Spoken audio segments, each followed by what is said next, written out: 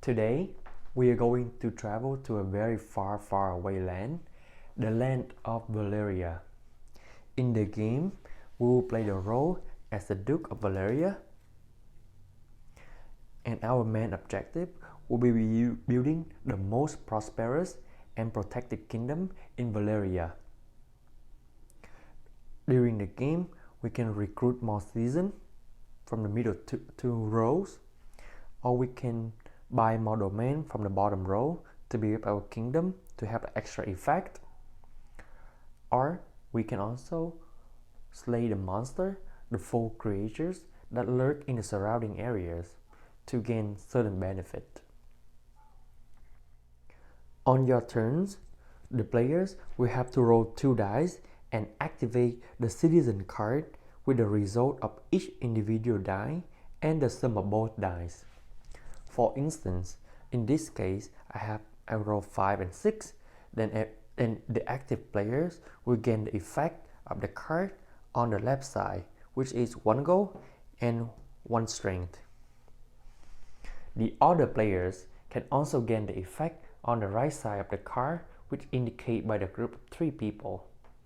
So in this case, the player on the right will gain 1 gold, 1 strength, and the sum of both dice equal to 11.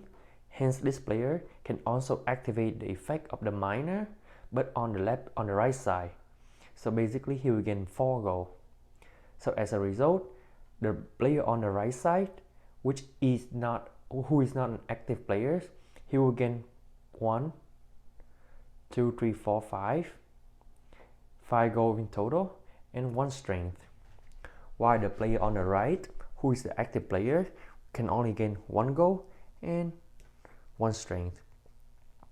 In another scenario, if I roll 2 5, then the peasant will get activated twice, so 2 gold for this player and also 2 gold for this player as well.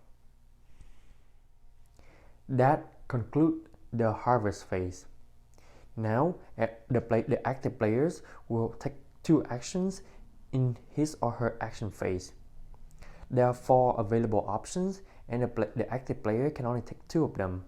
They can either slay the monster from the top row, recruit a citizen from the 2 middle row, or they can build a domain from the bottom row. And the last action is gain the resource of your choice.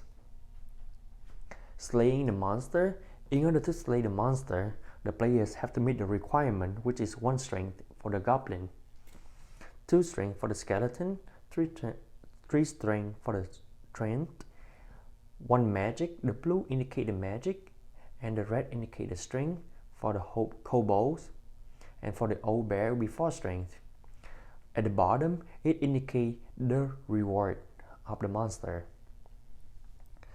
For recruiting a citizen, the player just have to pay the gold, but when it stacks up, there will be more. As you buy more of the same season, it will cost more. For instance, the first merchant you buy will be 2 gold, but the next merchant you buy will be 2 plus whatever you have, so it will be 3 gold total. Last but not least is buying a domain card. In order to buy a domain card, you have to meet the requirement of you have to have the matching icons in here, and certain domain card will give you extra benefit or extra power for your lord.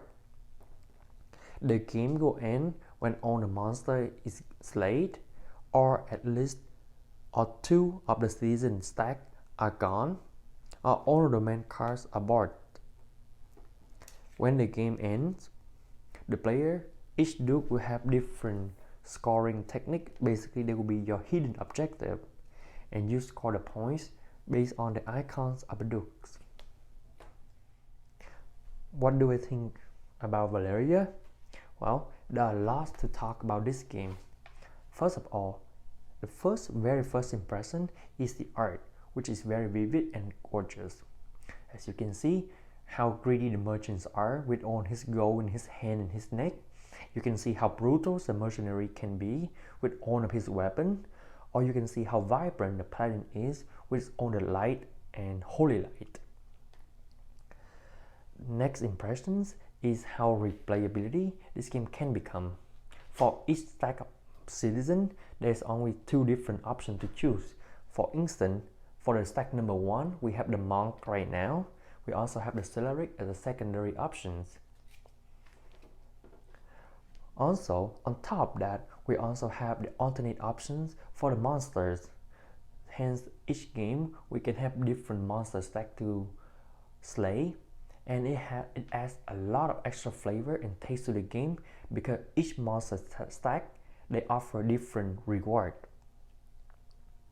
Last but not least is the icons, the illustrations of the game, which makes it very easy to access for the new players. As you can see, all the icons they only mean something, especially like if it's plus, it means they get both of the resource. If it is the arrow, it means conversion. If it is just a straight bar, it's an R. The consistent of all of the illustration icon make the game very easy to follow, and the gameplay for each player turns is very fast. Next is the balance of the game. The balance of the 3 resource strength, money or gold and magic are the same. Each of them have different meaning, which means it's very good. Depends on what strategy you want to do. For instance, if you're focusing on slaying the monster to end the game, well, just keep hoarding on the strength. If you want to recruit more citizens, or you want to buy more domain to build up your kingdoms, then you should focus on gold.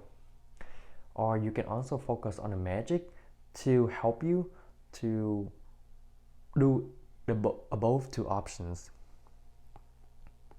One thing that I don't like about this game is how simple it is. This is not a tight game at all.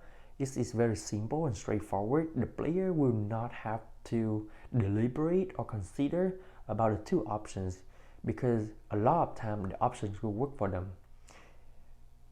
Even though I don't like the fact it is a simple game because of easy decisions, that fact on the other hand make the game very fun and easy for new players.